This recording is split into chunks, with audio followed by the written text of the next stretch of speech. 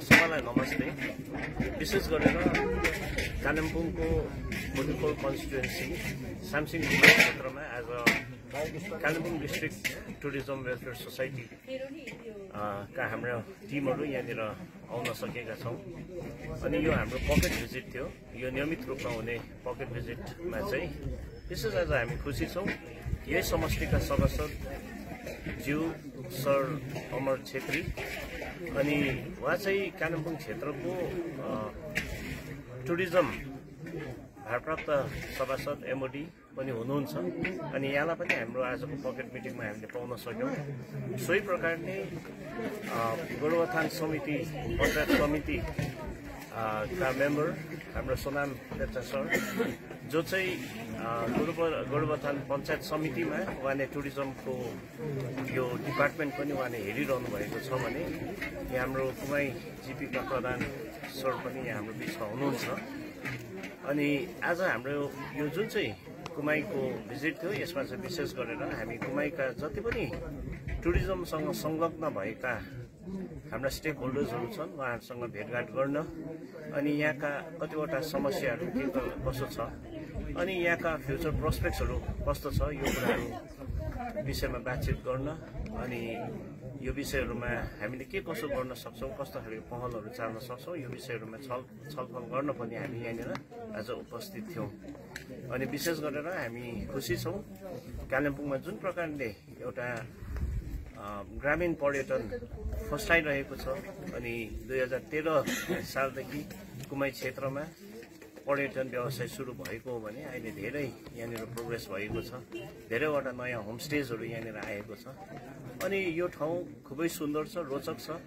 अनि यसमा हामीले यहाँनिर बुझ्न सक्यौँ भविष्यमा गएर यहाँनिर एडभेन्चर टुरिज्मको निम्ति प्रोस्पेक्टहरू छ। यो विषयहरू हामी डेफिनेटली जिटिए टुरिज्म डिपार्टमेन्ट अनि त्यहाँका विशेष गरेर एडभेन्चर कोअर्डिनेटर डाक्टर दावासँग पनि यो विषयमा हामी बातचितहरू गर्नेछौँ।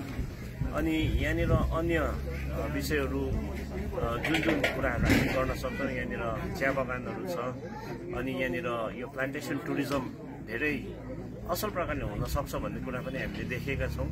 यो सबै विषयहरू भविष्यको दिनमा हामी यसको निम्ति पहलहरू चाल्ने हामीले आज निर्णय लिएका छौँ।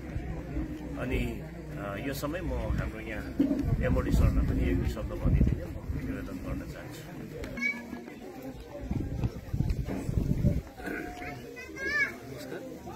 विशेष आज कालिम्पोङ टुरिज्म सोसाइटीको आयोजनामा विशेष फाउन्डेसन डे आज 24 नम्बर समष्टिको यो अप्पर गुदरे गाउँको यो भेगमा हुन गइरहेको छ र विशेष कालिम्पोङबाट आउनुहुने हाम्रा सोसाइटी हाम्रा वेलफेयर सोसाइटीका हाम्रा जो अध्यक्ष हुनुहुन्छ यहाँ महासचिव हुनुहुन्छ सँगसँगै हाम्रा इको टुरिज्म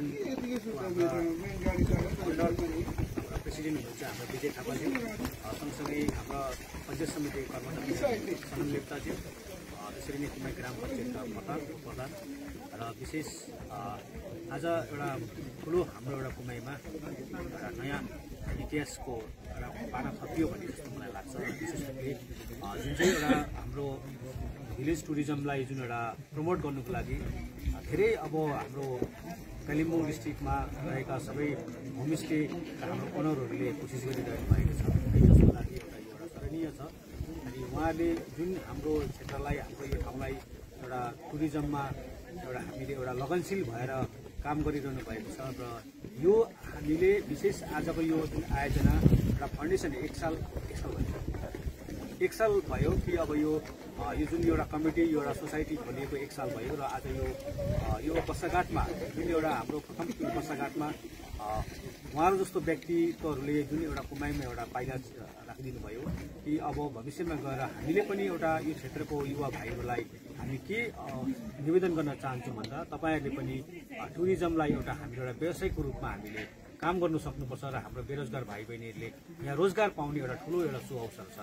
र यसरी हाम्रो क्षेत्रमा धेरैवटा टुरिस्टलाई हामीले लोभ्याउने हाम्रो पर्यटक स्थलहरू हामीले बनाउन सकिन्छ जसको लागि टुरिज्म विभागबाट जिटिएको टुरिज्म विभागबाट हामीले धेरैवटा प्रपोजलहरू हामीले सुम्पिसकेको छौँ जसको लागि अब अहिले कार्यरूपमा हुन नसके तापनि हामीले हाम्रो क्षेत्रको लागि एउटा पर्यटकलाई लोभ्याउनको लागि धेरैवटा हामीले अब एउटा डिपिआर बनाएर हामीले प्लेस गरिसकेको छौँ आशा गर्छौँ र हामीले एउटा भरोसा गर्नुपर्छ कि हामी त्यो कार्यमा सफल हुन्छौँ भन्ने हामीले अवश्य सोच्नुपर्छ र यसरी अब जुन एउटा टुरिज्मलाई एउटा अगाडि बढाउनुको लागि कालिम्पोङ डिस्ट्रिक्टले एउटा जिटिए एरियामा नै ठुलो एउटा योगदान दिइरहनु भएको छ।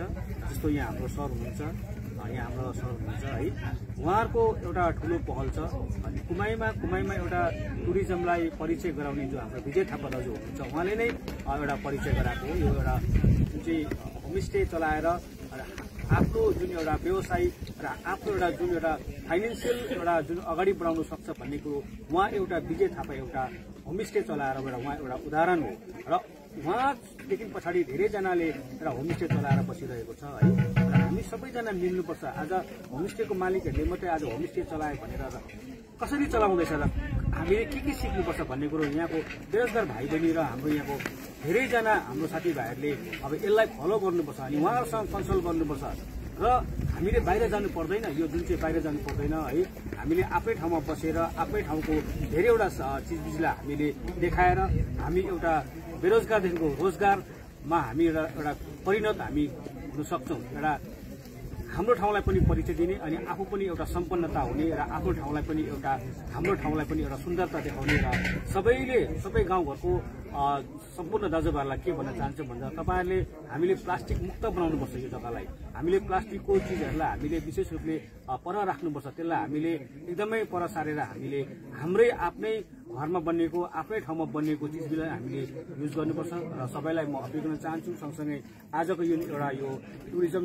वेलफेयर सोसाइटीको जुन एउटा वर्षगाँठ आज पुगिसकेको छ है, सम्पूर्ण उहाँहरूलाई पनि अब हाम्रो पक्षबाट क्षेत्रको पक्षबाट अनि जिटिएको पक्षबाट पनि सँगसँगै म एउटा एमओडी टुरिज्म डिपार्टमेन्टको पक्षबाट पनि भविष्यमा हुने तपाईँहरूसँगै बसेर एउटा कोर्डिनेट गरेर तपाईँहरूकै परामर्श र तपाईँहरूसँगै सल्लाह लिएर मैले हाम्रो पक्षबाट के गर्न सकिन्छ अनि जिटिएमा मैले के तपाईँहरूको प्रपोजल लान सक्छु तपाईँहरूसँग सल्लाह गरेर लाने तपाईँहरूलाई वचन दिँदै र आजको जुन यो कार्यक्रममा कालिम्पोङ डिस्ट्रिक्टबाट आउनुभएको सम्पूर्ण टुरिज्मको हाम्रो जुन होमस्टेका हाम्रा ओनरहरूलाई पनि सबैलाई धन्यवाद दिँदै म आफ्नो विचारलाई अगाडि बढ्छु।